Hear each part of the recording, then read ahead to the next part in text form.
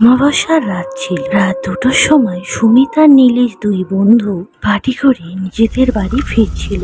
মনির ভুলে সুমিত বন্ধুর বাড়িতে হেলমেট ফেলে এসেছিল আর হাইওয়েতে পুলিশ চেকিং চলছিল।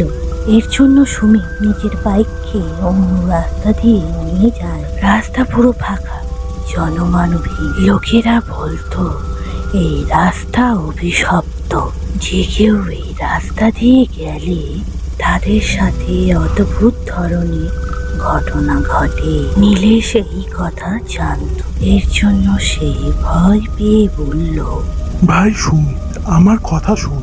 এই রাস্তা যে ভালো নয়, তুই কেন এই পথ দিয়ে নিয়ে এলি বলতো?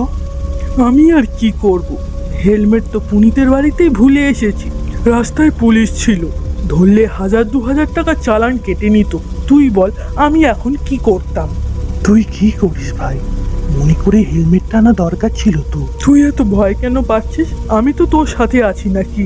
কিছুক্ষণের মধ্যে আমরা বাড়ি পৌঁছে যাব, ভয় পাস না। নীলেশের ভয় তো লাগছিল।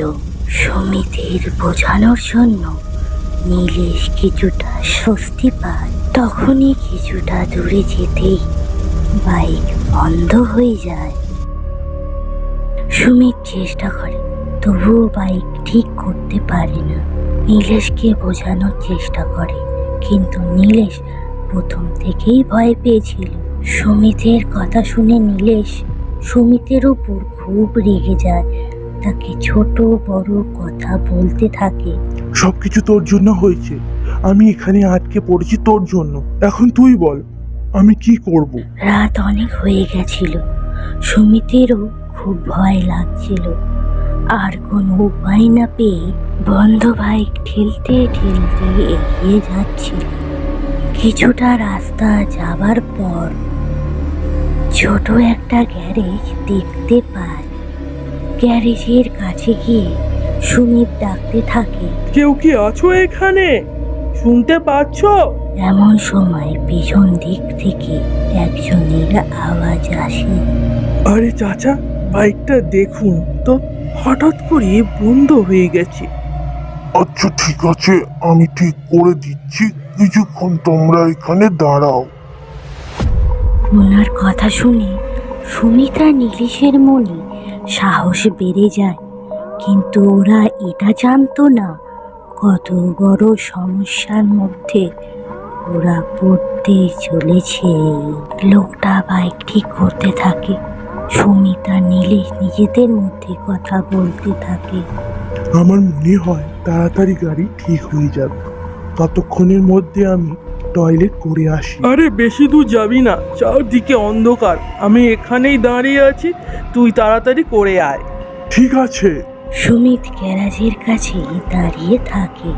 রাস্তা থেকে কিছুটা দূরে একটি গাছের নিচে টয়লেট করতে থাকে। রাত তখন 3টে বাজে। পাশের ঝোপঝাড়ের মধ্যে দিয়ে অদ্ভুত ধরনের আওয়াজ আসে। নীলেশ না শোনার ভান করে টয়লেট করছিল। তখনই ওর কাঁধে রক্তের ফোঁটা পড়ে। প্রথমবার সে বুঝতে পারে না, আবার যখন দ্বিতীয়বার রক্তের ফোঁটা পড়ে তখন মাথা উঁচু করে উপর দিকে দেখে। উপরে গাছের তলায় গ্যারেজের লোকটা বসেছিল। চোখ দুটো রক্তের মতন লাল, গলার কাটা জায়গা থেকে রক্ত পড়ছিল। এসব দেখে নীলেশ ভয়তে কাঁপতে থাকে। দৌড়াতে দৌড়াতে সুমিতের কাছে আসে। সে সব কথা বলতে থাকে। সুমিত, আমাদের এখান থেকে তাড়াতাড়ি চলে যেতে হবে, বেরিয়ে পড়তেই হবে। আমরা এখানে খুব খারাপভাবে ফেসে গেছি। আমি যা দেখেছি তোকে বলে বিশ্বাস করাতে পারবো না। তুই বুঝতে পারছিস তো আমি কি বলছি? আরে ভাই তুই শুধু আমাকেই পাস মজা করার জন্য। সুমিত নীলেশের কথাগুলো কানে নেয় না, কিন্তু সুমিত জানে না প্রেতাত্মার খেলা শুরু হয়ে গেছে। কিছুক্ষণের মধ্যেও এটা সে বুঝতে পারবে। সুমিত নীলেশের কথা অগ্রাহ্য করে। গ্যারাজের লোকের কাছে বাইক ঠিক হয়েছে কিনা জিজ্ঞাসা করে। এখন ওই লোকটাকে শুধু সুমিতই দেখতে পাচ্ছে। চাচা, কতক্ষণ লাগবে? আমরা অনেকক্ষণ ধরে দাঁড়িয়ে আছি, গাড়িটা ঠিক করে দাও, বাড়িতে যেতে হবে আমাদের। আরে ভাই, পাগল হয়ে গেলি নাকি? কার সাথে কথা বলছিস? এখানে তো কেউ নেই। আরে আমার কথা শোন, এখান থেকে চলে চল। আরে তুই কি নেশা করে এসেছিস? চাচা দাঁড়িয়ে আছে সামনে, তুই দেখতে পাচ্ছিস না? এই সময় ভয়ঙ্কর ঘটনা ঘটে। ভয় পেয়ে সুমিত কাঁপতে থাকে। দুজনেই দৌড়াতে থাকে।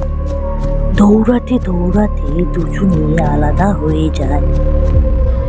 এক জায়গায় দাঁড়িয়ে জোরে জোরে নিঃশ্বাস নিতে থাকে, কিন্তু সুমিত ওর সাথে ছিল না। ও আশেপাশে সুমিতকে খুঁজে বেড়াচ্ছিল, কোথাও দেখতে পায়। তখনই ওর ফোনে ফোন আসে। ফোন সুমিত করেছিল। নীলেশ কাঁপতে কাঁপতে ফোন রিসিভ করে।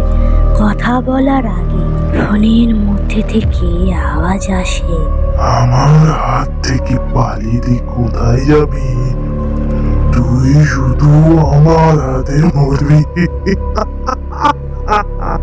ভাই ভাই, আমাকে বাঁচিয়ে, ভাই তাড়াতাড়ি বাঁচিয়ে নিয়ে আমার। তুই কোথায় চলে গেলি? আমি বাঁচতে চাই, আয় ভাই তাড়াতাড়ি আয়।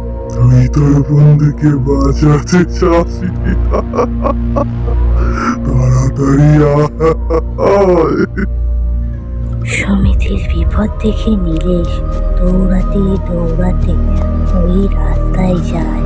তখনই পিছন থেকে আওয়াজ আসে। পিছন ঘুরে দেখতেই পাশে ধাক্কায় নীলেশের মৃত্যু হয়। পুরো রাস্তা রক্তে লাল হয়ে যায়। এই গল্প এখানেই সমাপ্ত হলো।